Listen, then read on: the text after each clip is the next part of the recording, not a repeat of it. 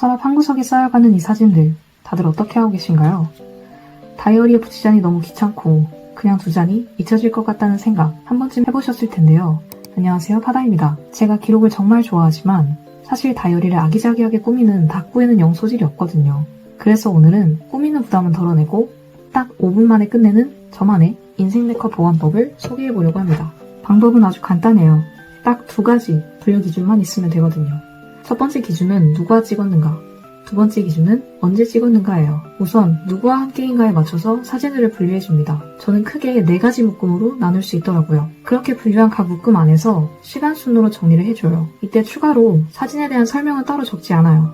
대신 앨범의 맨 뒤에서부터 앞쪽으로 가장 최신 사진이 오도록 끼워 넣습니다. 앨범을 딱 펼쳤을 때 가장 현재에 가까운 제 모습이 맨 앞에 있는 게 좋더라고요. 그렇게 맨 앞장부터 뒤로 한 장씩 넘겨보면 마치 과거로 시간 여행을 하는 기분이 들기도 해요. 굳이 메모를 빼곡하게 적지 않아도 그날의 즐거움이 일기를 읽는 것보다 더 생생하게 느껴져요. 보통 기록이라고 하면 펜을 들고 문장을 꼼꼼히 적어내려가는 걸 먼저 떠올리게 되잖아요. 하지만 가끔은 긴 글이나 100마디 말보다 사진 한 장이 그날의 공기와 감정을 훨씬 더 선명하게 설명해줄 때가 있죠. 굳이 글로 풀어내지 않아도 있는 그대로의 표정과 온도를 남길 수 있는 가장 직관적인 기록인 셈이죠. 그래서 사진이 가진 진짜 본질, 바로 사람과 추억에만 집중해보기로 했어요.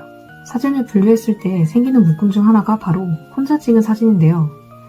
혼자서 엄청 자주 찍는 편은 아니지만 시간의 흐름에 따른 제 모습을 기억하고 싶어서 몇 년 전부터 가끔씩 찍고 있어요. 다른 사람이 찍어주는 사진도 좋지만 내가 나를 남기기로 선택한 순간들이 모이니 좀 더 편안하고 또 나다운 자연스러운 모습들이 나오더라고요. 다른 사람들과 함께 찍을 때는 못했던 포즈나 표정을 지어보기도 하고요. 또 시간이 지나면서 내 스타일이나 내가 풍기는 분위기가 어떻게 변해왔는지 한눈에 보이거든요. 지금도 불과 2, 3년 전의 제 모습이 앳되고 귀엽기도 하면서 남기길 잘했다는 생각이 들어요. 글로는 미처 다 남기기 어려운 그 시절의 나를 온전히 담아두는 타임캡슐 역할을 해주는 거죠. 상자가 아니라 이렇게 정리해서 책상 옆에 두니 생각날 때마다 가끔 꺼내보기가 정말 쉬워졌어요. 기록을 예쁘게 남길 수 있다면 가장 좋겠지만 그렇지 않아도 괜찮더라고요. 때로는 이렇게 사진 한 장을 제자리에 끼워 넣는 것만으로도 충분한 기록이 된다는 걸 느꼈어요. 저처럼 손재주가 서툴러서 기록을 망설였던 분들이 계신다면 오늘만큼은 완벽해야 한다는 생각은 잠시 내려놓고